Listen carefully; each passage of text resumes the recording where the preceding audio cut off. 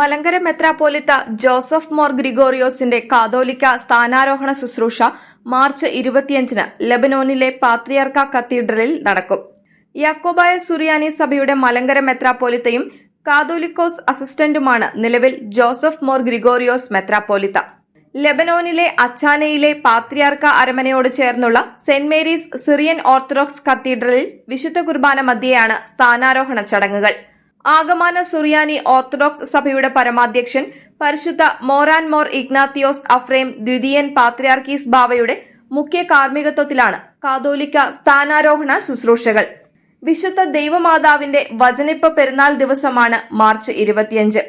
ആഗമാന സുറിയാനി orthodox സഭയിൽ നിന്നും മലങ്കര യാക്കോബായ സുറിയാനി orthodox സഭയിൽ നിന്നും മെത്രാപ്പോലിത്തമാരും സഭാ ഭാരവാഹികളും വിശ്വാസികളും ശുശ്രൂഷകളിൽ സംബന്ധിക്കും.